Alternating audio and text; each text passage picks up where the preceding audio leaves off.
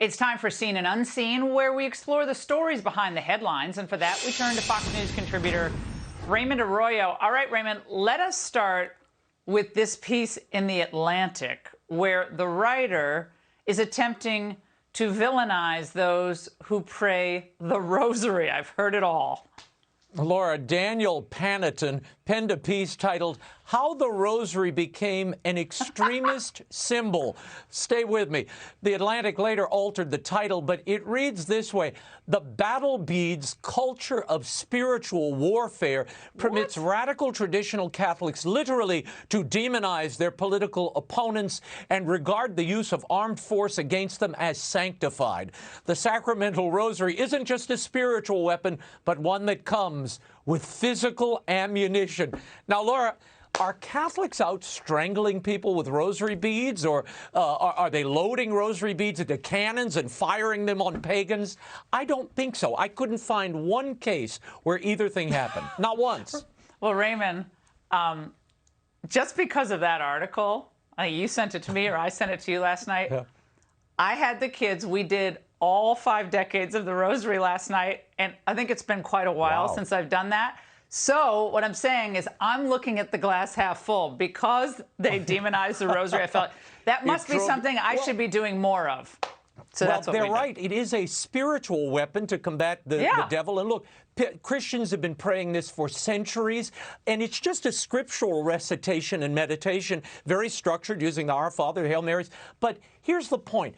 This writer is obviously filled with some kind of religious animus, and he's really afraid of faith because it was praying the rosary that brought down the Iron Curtain in Poland, ended Roe v. Wade, and maybe that's what's got him so scared. But here's the bewildering thing to me.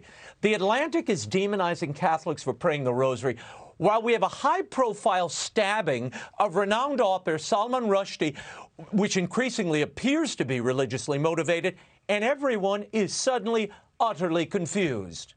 While we wait to hopefully hear an update about his condition, the other big question is a possible motive. It's chilling, it's intimidating, and it's terror. We don't know the motive.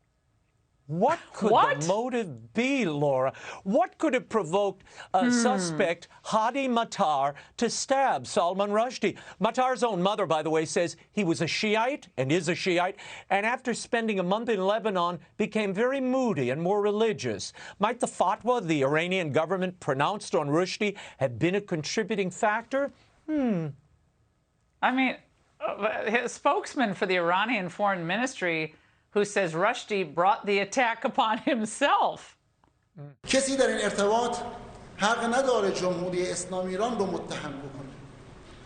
ما معتقدیم که اساساً اقدامی که انجام شد، اهانتی که انجام شد و حمایتی که از او صورت گرفت، این اهانت به پیروان همه ادیان و شرایع الهی. So justifying the fatwa, Raymond. He justified it. Is that confusing to The Atlantic? I guess not, but they won't touch this with a 10-foot blade. No. And here's the problem. You've got Middle Eastern intelligence officers saying that this suspect had contact with the Iranian Revolutionary Guard. So there's real facts to report here, and everybody's looking the other way, scratching their head. If you're looking for religious-driven extremism, you don't have to look very far. Meanwhile, in Pennsylvania, Laura, Democratic candidate for the Senate John Fetterman returned to the campaign trail 3 months after suffering a stroke. His return was a little less than fluid. 25 of those counties more votes, 25 of those 54 red counties more votes than Dr. Oz in those counties as well too. Who would ever think that I would be the normal one in the race here? You know, with that, I gave away the lieutenant governor in Pennsylvania, the only lieutenant governor in the history to do that. You can count on us to eliminate the filibuster.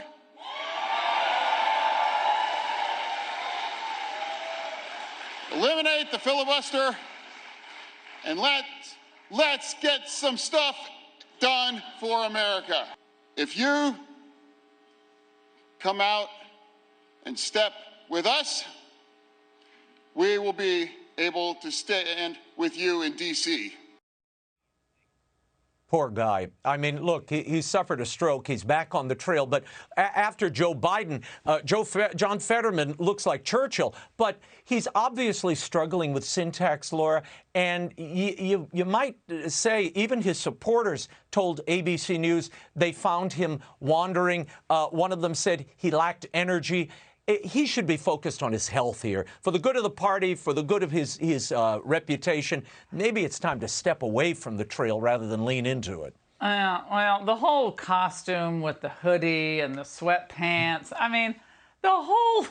It's just not serious. I'm sorry. You don't like the Uncle Fester garb? That didn't do it for you? No, were you the one who came up with Uncle Festerman? That's such an easy joke. But I don't like the whole hoodie. I mean, okay, if you're 13 and you're going to practice, that's fine. But a grown man, we don't need the hoodie. Thank you very much. That's aside from the fact that nothing he said will make the lives of Pennsylvanians any better. Yeah, the policies are what matter, but...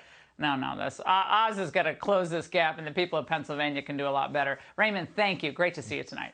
Hey, Sean Hannity here. Hey, click here to subscribe to Fox News YouTube page and catch our hottest interviews and most compelling analysis. You will not get it anywhere else.